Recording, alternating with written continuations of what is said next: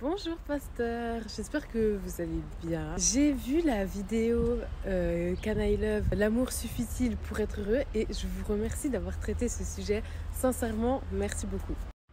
C'était très intéressant et le verset que vous m'avez rappelé ces trois choses qui demeurent, dont la plus grande qui est l'amour, j'ai pu le ressortir en fait le jour après avoir regardé la vidéo ou 2 jours après. Je dois avoir regardé la vidéo mardi soir.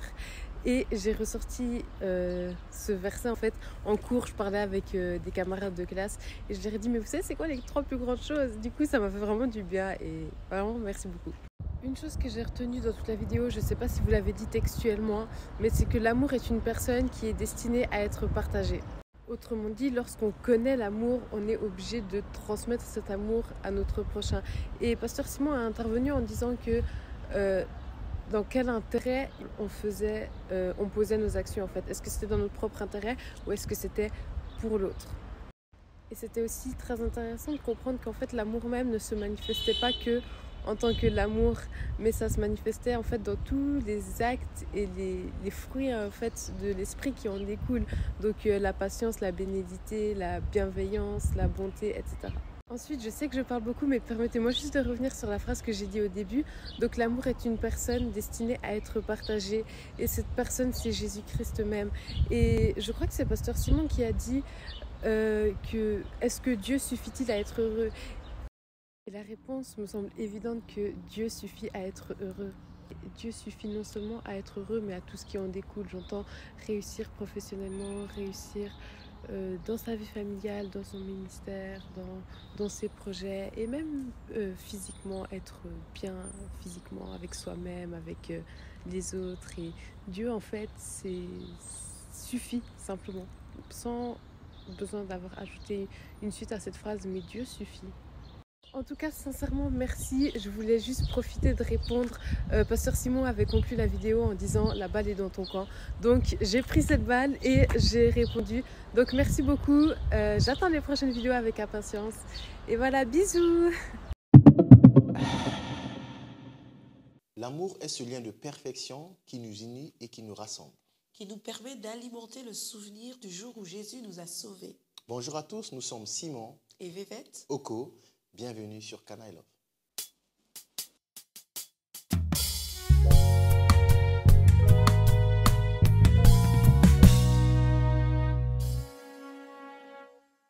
Le jour où Jésus m'a sauvé, le jour où Jésus t'a sauvé, comment cela s'est passé? Parce que, tu sais, j'ai l'impression que plusieurs personnes oublient ce jour où Jésus les a sauvés. D'accord. Comment ça s'est passé? Waouh, c'était, on va dire, c'est un jour ordinaire. Comment ça s'est passé? C'est-à-dire, je dois raconter l'histoire. Bon, comme tu veux, comme tu veux. Je me souviens, je ne sais plus, j'avais quel âge, peut-être environ 12 ans, je crois, 12, 13 ans. Je revenais de l'école et puis sur le chemin du retour de la maison, j'ai aperçu une paroisse. C'était marqué paroisse et j'avais cru que c'était une église catholique, mon plus petit. Parce qu'à l'époque, j'avais cessé d'aller à l'église le dimanche parce que je trouvais que ça durait longtemps alors que ça ne durait que 2 heures. Il y a eu un moment où je trouvais que les 2 heures étaient plus longues et donc j'ai cessé d'arrêter. Ce jour-là, je suis rentré et puis je me suis rendu compte. Je savais que c'était une église, c'était marqué paroisse. Je savais c'était quoi une paroisse. Je suis rentré, il y avait des bancs, il y avait des personnes dedans. Et puis il y avait un monsieur qui était jeune, peut-être qu'il avait mon âge, l'âge que j'ai maintenant à peu près. Et c'est lui qui a commencé à parler de Jésus. Après, il a expliqué.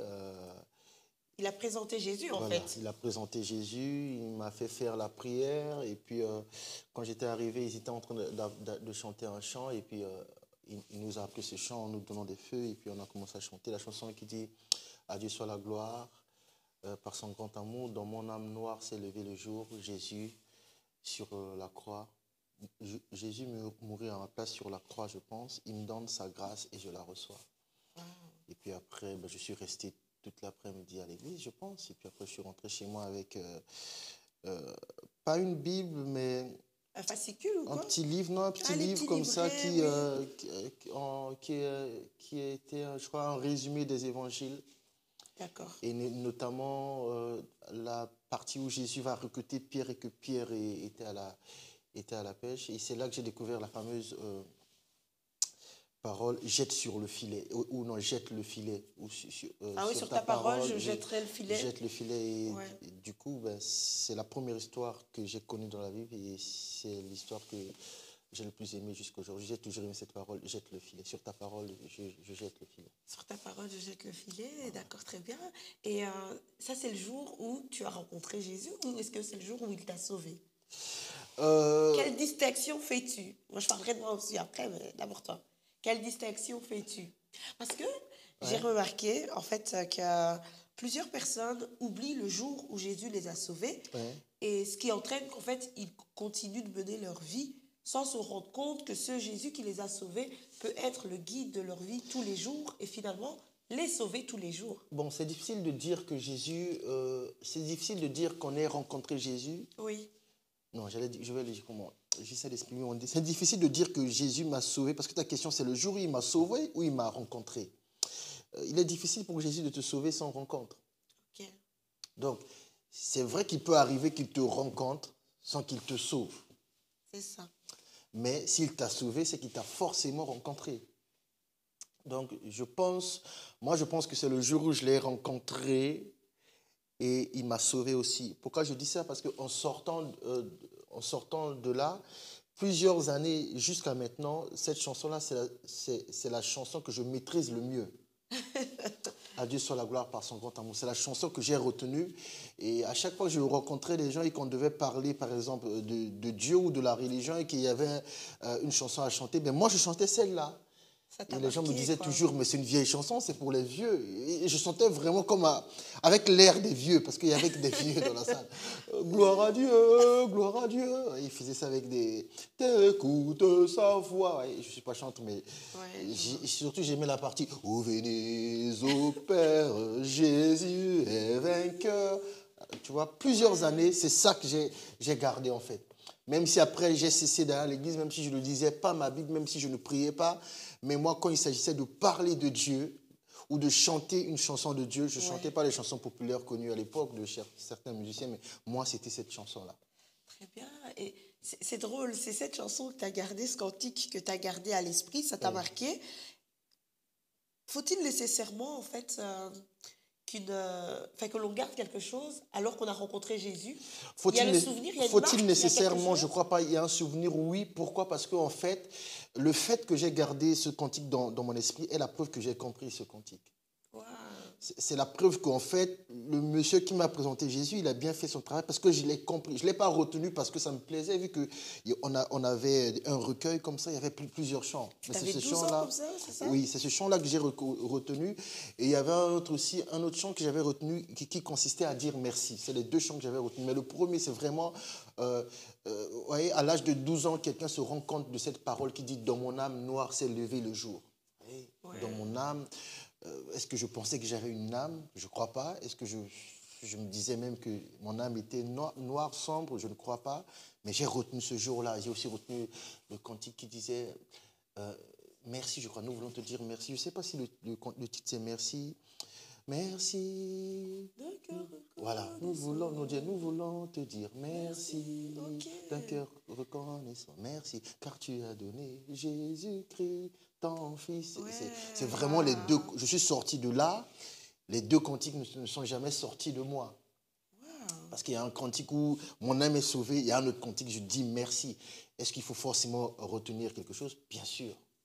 Bien sûr. Bien sûr, et je pense qu'on ne retient pas. Je crois surtout que c'est le Saint-Esprit qui dépose. Il dépose, voilà. Et ça reste. Parce que ce n'est pas de notre force qu'on a été sauvé, c'est l'action du Seigneur, et je ne pense pas qu'on retient, je pense que c'est lui qui dépose. Wow. Le jour où Jésus t'a sauvé, ce jour-là, qu'est-ce que tu as retenu? Qu'est-ce qui a été déposé en toi? Qu'est-ce qui est là, en fait, encore aujourd'hui, qui peut-être est mort parce que tu as oublié? Le jour où Jésus t'a sauvé, qu'est-ce que tu retiens de ce jour? Moi, le jour où Jésus m'a sauvé, le jour où je l'ai rencontré, c'était banal, j'ai envie de dire, parce que c'était une routine pour moi d'aller à l'Écodime, à l'école du dimanche. Et alors, la monitrice nous parlait de Jésus. Et il y a ce récit qui a fait battre mon cœur. Et j'aimais beaucoup, en fait, je me disais, mais Jésus, on nous en parle tous les jours et tout le temps. Mais là, je trouvais qu'il avait eu une attitude qui m'avait interpellée. En fait, c'est lorsque Marie et Joseph sont à la recherche de Jésus. Ils sont en train de le rechercher et lorsqu'ils le trouvent, etc., à Jésus de prendre la parole et de dire « Ne savez-vous pas que je vais m'occuper des affaires de mon Père ?» Alors là, moi, ça m'a choquée.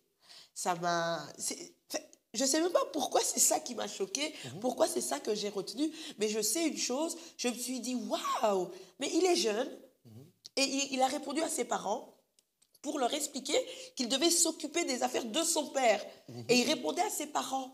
Et ça m'a tellement interpellée qu'à partir de ce jour, je pense que suite à cela, on a fait la prière du salut. Et alors, effectivement, j'ai accepté Jésus aussi ce jour-là. Et oui, c'était une rencontre avec Dieu. C'était une rencontre avec Dieu, mais c'est au fil du temps finalement que je suis parvenue aussi par les eaux du baptême, etc. Et que j'ai pu considérer que, voilà, le jour où Jésus m'a sauvée, je l'ai effectivement rencontré. Je l'ai effectivement rencontré, mais il m'a fallu du temps pour le découvrir. Découvrir, ça c'est autre chose. Parce que, voilà, c'est important de dire ces choses parce qu'on peut rencontrer, parce qu'il y a eu une première rencontre où il n'y a rien qui ne s'est fait. Mais la deuxième rencontre, en tout cas la rencontre où Jésus sauve, il faut qu'il rencontre. Après, ce n'est pas parce que Jésus t'a sauvé que tu l'as rencontré, que tu le connais forcément. Oui, effectivement. Comme dans toute relation, quand on fait une connaissance, même quand on rencontre un ami, il y a toujours quelque chose qui se passe, il y a ce courant qui passe, et puis on parle bien, et puis qu'est-ce qu'on va essayer de faire? On va aller essayer d'aller rencontrer la personne les autres jours. Moi, je me souviens, il y avait un ami, un bon ami à moi comme ça, qui était devenu un de mes meilleurs amis. Je l'ai rencontré lors d'un concours national. Il était assis derrière moi, il parlait beaucoup. Il mangeait une banane, il parlait beaucoup. Je me dis, mais il parle beaucoup, c'est un bavard. Et après, je me suis rendu compte que c'est le seul qui me parlait. Et puis, on a commencé à parler. Je ne savais pas qu'il habitait à 2 rues de chez moi. Donc, quand j'ai su ça, j'ai commencé à aller le voir et on a appris à se reconnaître. On est devenus vraiment soudés. On allait réviser ensemble, on étudiait ensemble, on faisait tout ensemble. Même quand on allait à l'école, les gens croyaient même qu'on était frères, vu qu'ils venaient chez nous et puis après, mon père allait nous déposer à l'école. Donc, et nous, à l'école, on ne disait pas, je ne disais pas que ce n'est pas mon frère. Et que pour rentrer, vous voyez, mais on se rencontre d'abord et puis il y a quelque chose qui se passe et puis après, on se revoit. Donc avec le Seigneur, c'est pareil. On le rencontre, il nous sauve, il y a quelque chose qui se passe, mais on ne peut pas dire qu'on le connaît. C'est vrai, il faut repartir les autres jours, passer du temps et puis apprendre à le connaître comme dans toute relation. Comme dans toute relation, apprendre à le connaître et garder ses commandements parce qu'il nous dit dans sa parole que si on l'aime, on garde ses commandements. Et tu sais, moi, il y a quelque chose quand même qui m'a toujours interpellée, c'est de me dire, enfin, je suis sûre que le jour où je l'ai rencontré, je suis certaine que j'ai eu un élan d'amour envers Dieu. Je sais que ce jour-là, c'est impossible que je n'ai pas eu cet élan d'amour, mais force est de constater qu'avec le temps, je ne dirais pas que l'amour a disparu, mais c'est peu à peu, c'était comme si j'étais dans une routine, que je connaissais la personne et que voilà, j'y allais, mais voilà. Bon, je ne sais pas, l'impact de cet amour, c'est parce que quand on rencontre le Seigneur, il se passe quelque chose qu'on est né de nouveau. En fait, on est des enfants, peu importe l'âge, quand on rencontre le Seigneur, on est des enfants. Il y a des choses qu'on ne sait pas. On ne sait pas. Par exemple, on va rencontrer le Seigneur, on va ressentir cet amour, ok? Très fort. On va se dire qu'on a ressenti l'amour, mais à ce moment-là, on ne se rend pas compte qu'en fait, la personne qu'on a rencontrée n'a pas de l'amour. La personne qu'on a rencontrée est l'amour. Mais nous, à ce moment-là, on ne sait pas que la personne qu'on a rencontrée est l'amour. Nous, on pense qu'il a de l'amour et il nous aime. C'est pour ça qu'au fur et à mesure du temps, on aura tendance à traiter cette relation comme n'importe quelle relation. Vous voyez, il y a des amis, on s'aime, on s'apprécie, mais il y a des moments où on va se retirer, on va passer un temps sans voir l'ami, et puis quand on va se revoir, on va se reparler. Or, Jésus, il n'a pas l'amour. Il est l'amour. Sauf que nous, quand on le rencontre, on le traite comme s'il avait de l'amour. Ok, il n'a pas l'amour, il est l'amour. Donc, quand on se retire forcément, pendant un moment, et puis que l'on revient, on se rend compte qu'il y a quelque chose de différent, où on fait un effort pour pouvoir colmater les brèches, gagner du temps, rétablir quelque chose. Parce qu'en fait, on ne s'est pas rendu compte que le monsieur n'a pas l'amour. Le monsieur est l'amour. Et en se retirant, on avait rejeté l'amour. Et comme il a un cœur, ben quand on l'a rejeté, forcément, il est attristé. Donc, quand on va revenir, vu qu'on a été créé à son image et à sa ressemblance, quelque part, on ressent aussi cette tristesse. Oui, voilà. C'est pour ça qu'on a du mal à revenir. Il y a même des gens qui n'osent pas revenir. Ils vont se dire, j'ai trop fait le mal. Est-ce qu'il peut me pardonner? Est-ce qu'il peut oublier? C'est parce qu'on pense qu'il a de l'amour pour nous. Il n'a pas de l'amour. Il est l'amour pour nous. Oui, quand on pense qu'il a de l'amour, on se demande si l'amour qu'il a envers nous est assez suffisant pour Est-ce que c'est toujours intact? Est-ce que c'est toujours comme avant? Or, lui, il n'a pas. Il est l'amour pour nous. Il n'a pas l'amour. J'aime beaucoup cette différence parce que quand tu dis qu'il est l'amour, ça me pousse à dire que lorsque on manifeste alors le désir de le connaître et de le découvrir, nous aussi, nous devenons comme lui. Nous devenons comme lui. C'est pour ça que cette parole, des fois que les gens prennent ça comme une parole un peu dure, en fait, cette parole n'est pas dure. Cette parole est vraiment salutaire. Quand il dit « celui qui m'aime gardera ma parole ». En fait, il veut s'assurer que cette personne soit toujours avec lui partout où la personne va.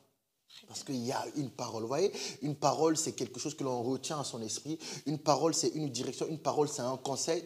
Généralement, quand les gens vont commencer à voyager et aller dans un pays lointain, ce qu'ils gardent, ce n'est pas une image. Ce qu'ils gardent, c'est une parole. Les gens qui vont dans un pays lointain et qui arrivent à s'y établir et à se propager, à prospérer, ce sont des gens, pour la plupart, qui sont partis en retenant une parole. Et voilà pourquoi Jésus dit, celui qui m'aime gardera ma parole. Parce que Jésus sait que l'homme sera tenté de venir après de s'en aller. Pourquoi? L'homme a l'habitude de ce type de relation. Mais l'homme ne sait pas que là, c'est une relation pas avec quelqu'un qui a de l'amour pour nous, mais avec quelqu'un qui est amour. Je ne peux pas dire qu'il ne sait faire rien d'autre. Tout ce qu'il fait est amour. C'est ça, c'est ça. Mais nous, on aura tendance à se comporter un peu comme une personne. Ah là, on l'a rencontré, il a fait du bien. Bon, maintenant, on avait des choses dans la vie avant de le rencontrer. Donc, il faut qu'on fasse ces choses-là. C'est ce qu'on appelle religion. Oui. J'aimerais que quelqu'un puisse se souvenir de la parole qu'il a reçue, de la parole qu'il a impactée, cette parole qui, un jour, lui a permis réellement d'accepter, de recevoir Jésus et de se dire, ah ben tiens, à présent, je ne suis plus seule. Tu sais, moi, lorsque j'ai lu ce récit, parce que je l'ai entendu à l'écodime, etc., mais après, j'ai été le relire et je me suis dit, mais comment se fait-il que cette personne a ses parents, mais il dit, ne savez-vous pas que je dois m'occuper des affaires de mon père? C'est qui ce père, en fait? La question, c'était vraiment, c'est qui ce père? Et comment ça se fait qu'il a deux familles? Très bonne question. Tu vois, il avait sa famille biologique, et lui, il était en train, à sa famille biologique, de vanter les mérites du travail, de l'œuvre de son père. De l'œuvre de son père. Et ça m'a interpellée, et je me suis dit, mais waouh! Et on avait l'impression que lui, il connaissait mieux ce père que les parents. En fait, c'est pas qu'il connaissait mieux ce père que ses parents. C'est que lui, c'est que lui, il avait retenu une parole. Il avait retenu une parole. Parce que il n'y a aucune parole que Jésus n'ait entendue qui ne soit venue de ses parents. Parce que c'est à ses parents qu'on a dit qu'il était. Donc ça signifie que quand ses parents ont relaté l'histoire et quand Jésus a appris à lire et à écrire, il a commencé à aller vers une parole, il a retenu une parole. C'est comme moi j'ai dit le jour où on m'a présenté le Seigneur, on m'a donné des résumés des évangiles. Il y a plusieurs évangiles. Mais le mien, celui qu'on m'a donné, c'est celui qui parlait bizarrement de Pierre. Et de là où Pierre était en train de pécher. Donc, sur les pages, il y avait le dessin un peu de Pierre en train de pécher. Et puis, il y avait l'évangile retranscrit. Donc, ce n'est pas qu'on racontait l'histoire. Il y avait vraiment les versets bibliques.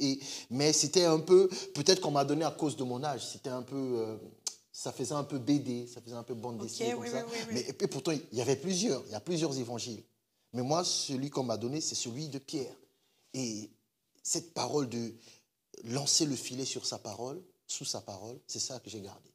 Donc ça signifie que Jésus, il avait gardé une parole. Il a tellement gardé une parole, à un moment, il a voulu maintenant appliquer cette parole. Parce que quand on a gardé réellement une parole, quand on a un dépôt, ce dépôt va commencer à nous agiter. Et en fait, à ce moment-là, on peut penser que c'est une réponse arrogante. Moi, je pense surtout que en fait, Jésus est interpellé. Il est interpellé dans le sens où mais c'est eux qui m'ont présenté ce Dieu.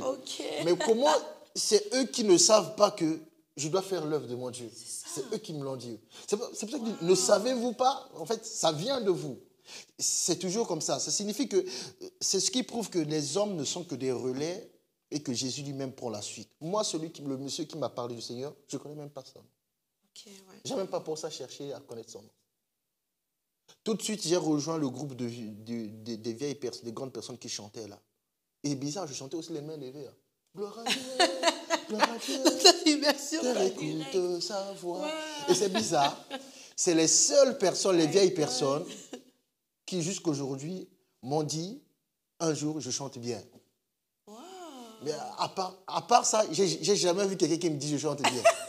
Si j'essaie seulement d'ouvrir ma bouche, bon, on me regarde là-bas, bon, il est organe. Mais eux, c'est bizarre. Eux, ils trouvaient que je chantais bien. Wow. J'ai aussi un prof d'éducation civique, lui, il trouvait que je chantais bien, mais l'hymne national. Okay. Quand je chantais l'hymne national, il aimait toujours venir à côté de moi. Je ne comprenais pas. Et puis un jour, il m'a dit, dans cette salle, il y avait moi, il y avait une fille, il n'y a que 2 personnes qui chantent bien l'hymne. Il y a lui et il y a elle. Mais je chantais ça comme... tu mettais tout ton cœur. À Dieu soit la gloire. Oui, voilà, je chantais ça comme... Parce qu'il faut être de façon solennelle, et puis il y a le drapeau, et puis tu chantes. Mais c'est comme ça que je chantais, à Dieu soit la gloire. Et, tu vois, je n'ai pas retenu son prénom. Je n'ai même pas cherché à connaître son prénom. Mais tu as gardé le message. Voilà. J'ai pris les feux, je suis reparti avec moi. Et c'est les 2 chants. Il y avait plusieurs feux, hein. Ouais. Plusieurs chants, mais c'est ces 2 chants-là. Le chant où mon âme noire a été sauvée, et le chant où merci. Les autres chants, ça ne m'intéressait pas de les chanter. Ouais. Dans la douche, j'étais là.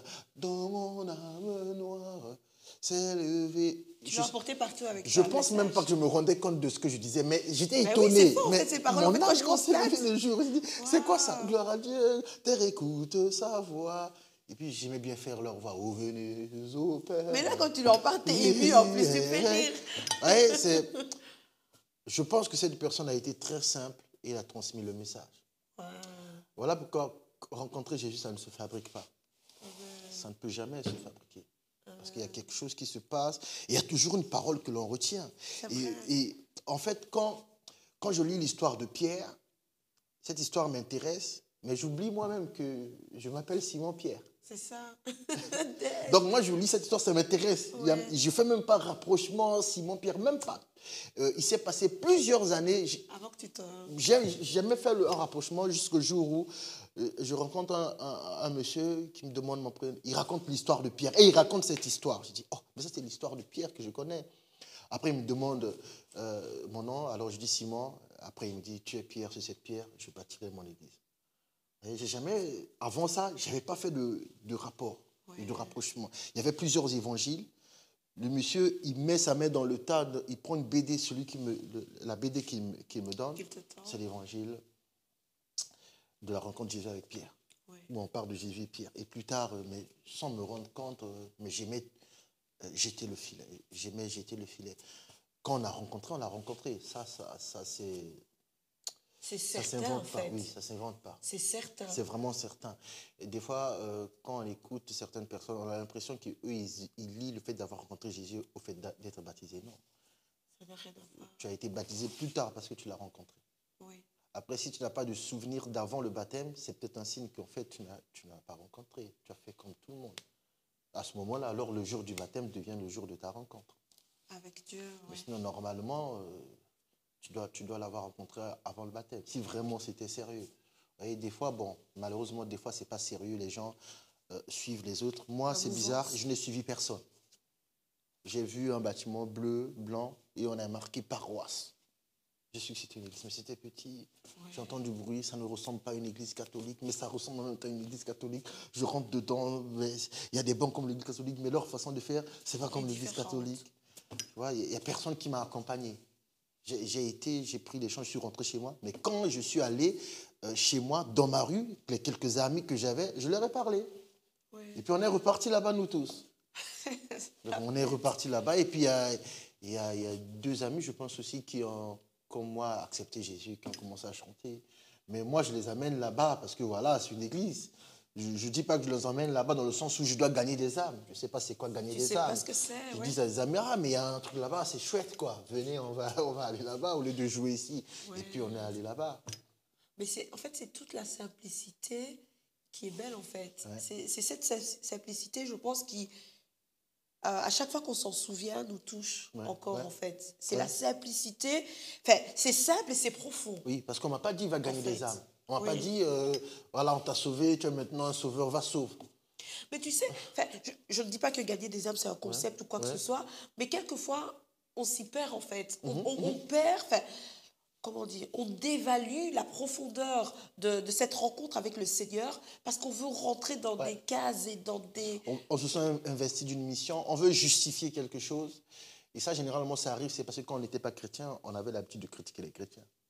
Aïe. Donc maintenant qu'on est des leurs, ben, il faut justifier un peu, essayer un peu de faire ses preuves, quoi. Donc, ce n'est pas ça du tout, c'est comme tu as dit, c'est la simplicité. Je ne les ai même pas dit venir recevoir Jésus, j'ai dit venez, on va aller là-bas. Là-bas, il y a une église, là-bas, il y a des gens qui chantent, et puis on va là-bas, le monsieur fait la même chose qu'il a fait à moi. Il présente Jésus, il donne le feu, et puis on se met à chanter, Voilà. Je ne me souviens même pas qu'il y a eu un culte où il y a quelqu'un qui a dit levez-vous, on va prier, et puis il y a quelqu'un qui... Je me souviens même pas avoir assisté à une prédication.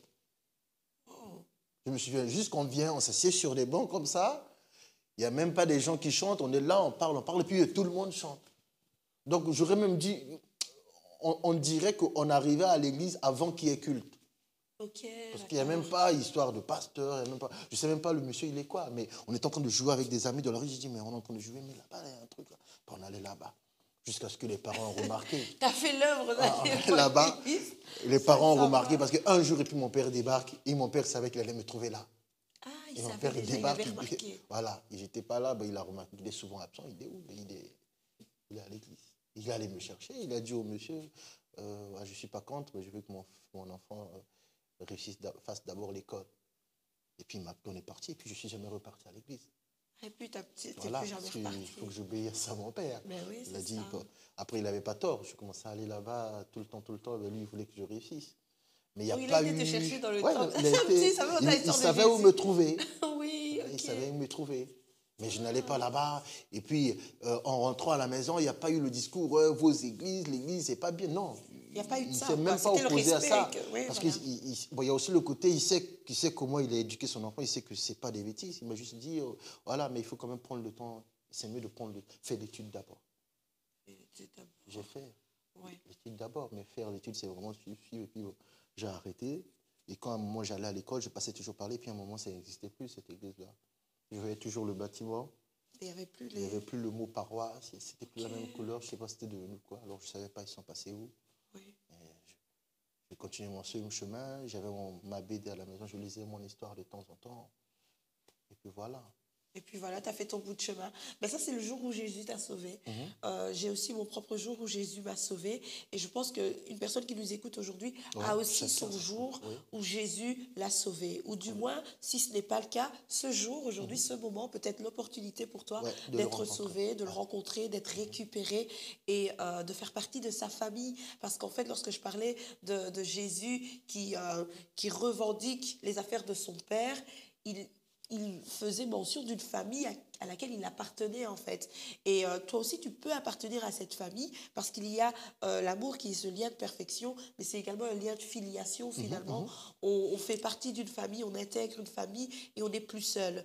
On n'est plus seul, quels que soient les temps que l'on vit, les moments dans lesquels nous avons rencontré le Seigneur, on n'est plus seul. Et après ça, parce que ça, j'aimerais rassurer quelqu'un, après ça, alors qu'il te sauve et te rencontre ce jour-là, après ça, il te sauve tous les jours. Parce qu'il devient le Seigneur de ta vie et il est en mesure d'avoir un mot sur ta vie qui te libérera de tous tes maux. Et ça, c'est important de le dire. Jésus nous sauve tous les jours. Ça, j'ai fait cette constatation lorsque maintenant je l'ai découvert. C'est lorsque j'ai commencé à le découvrir, parce que je continue finalement toujours de le découvrir, c'est lorsque j'ai commencé à le découvrir que je me suis dit, waouh, le jour où Jésus m'a sauvé, c'était pour me sauver tous les jours. Tous les jours de mes détresses, de mes angoisses, tous les jours de ce que je pouvais vivre, du manque de confiance, du manque de rejet. Tous les jours, Jésus savait que lorsqu'il me rencontrait ce jour-là, dans mon bas âge, il me destinait à être sauvé chaque jour. Chaque jour de ma vie. Et alors, Pasteur Simon, si tu me le permets, j'aimerais que que nous puissions conduire quelqu'un à rencontrer Jésus. Des fois, c'est ça, c'est important quand on cite le nom de Jésus. C'est pas que je suis contre ce mot. En fait, je suis pas en train de parler de Dieu en général parce que c'est difficile de rencontrer Dieu en parlant de Dieu. quand on veut rencontrer Dieu, il faut vraiment s'intéresser à Jésus. Et Jésus fait quoi? Jésus sauve. En fait, c'est aussi simple que ça. Jésus sauve, Jésus guérit, Jésus mène au ciel. Donc, peut-être en regardant cette tranche, tu peux te demander, est-ce que c'est vrai? Oui, c'est réellement vrai. Et je me rappelle encore ce qui est choquant, je n'ai pas suivi Jésus parce que j'avais un problème. J'avais aucun problème. J'étais juste un petit adolescent qui rentrait chez lui. Et en rentrant chez lui, il a entendu un bruit qui l'a intéressé, il est allé voir. C'est peut-être aujourd'hui, toi, je ne sais pas, peut-être que tu n'as pas un problème, peut-être que tu as un problème. Et en parcourant les réseaux, en parcourant la toile, notamment YouTube ou Instagram, je ne sais pas, et tu tombes sur cette vidéo et on est en train de parler de Jésus, de la rencontre. Et il faut savoir que c'est une rencontre déterminante parce que cette rencontre permet à ton âme d'être sauvée, permet à ton âme d'être connectée à nouveau au Seigneur Jésus. Et il n'y a qu'une seule méthode, cette méthode marche depuis des années, des siècles, celle qui consiste seulement à le confesser, à confesser une parole, à reconnaître une partie de son récit de façon sincère. Dans son cœur déjà, on met la sincérité, de sa bouche, on déclare, et une fois que c'est fait, il y a quelque chose qui se passe que l'on appelle un changement radical. Je pense que c'était ça que tu voulais, qu'on conduise quelqu'un à accepter le Seigneur. Donc il suffit juste, avant que l'on débute, je veux juste que tu sois sincère. Crois ce que tu vas déclarer et déclare ce que tu vas déclarer avec la foi. C'est quoi déclarer avec la foi? C'est croire que ce que tu vas dire, c'est ce qui va t'arriver. Et le reste, c'est le Seigneur qui fait. Donc là où tu es, tu peux fermer les yeux, incliner la tête vers le bas, lever les mains vers le ciel en guise de réception et répéter ces paroles. Seigneur Jésus, j'entends ton message. J'ai vu ces personnes parler d'une rencontre, d'un jour où tu les as rencontrés et tu les as sauvés. Si ce qu'ils disent c'est vrai, je le crois et je veux l'expérimenter. Alors je confesse que ce que la Bible dit est vrai. Je reconnais, j'accepte que tu es mort et ressuscité. Tu as pris ma place et tu m'as donné la tienne. Aujourd'hui, je te reçois tel Seigneur, tel Sauveur. Prends le contrôle de ma vie. Que l'Esprit, le Saint-Esprit, qui a été évoqué lors de cette émission, conduise aussi ma vie. Change ma destinée. Je me désengage de toute forme d'ignorance. Et j'adhère à ta vérité. Sauve-moi. Amen. Que le Seigneur te bénisse. Que le Seigneur vous bénisse. Vous étiez dans Can I Love, dans cette tranche, dans ce jour où Jésus vous a sauvé et rencontré. Et si vous voulez faire comme nous, en regardant cette tranche, il y a des souvenirs qui sont montés à la surface. Vous voulez faire comme nous, n'hésitez pas. Nous voulons savoir comment a été votre rencontre. Comment avez-vous rencontré? Comment l'avez-vous rencontré? Comment il vous a sauvé? Comment ça s'est passé? N'hésitez pas à nous partager votre expérience à vous, votre propre expérience personnelle, au moyen d'une petite vidéo, d'un audio, comme vous le voulez, mais n'hésitez pas. Nous voulons aussi être curieux de savoir comment a été la rencontre du Seigneur dans les différentes vies des gens qui sont connectés avec nous. Soyez bénis et à la prochaine. À bientôt.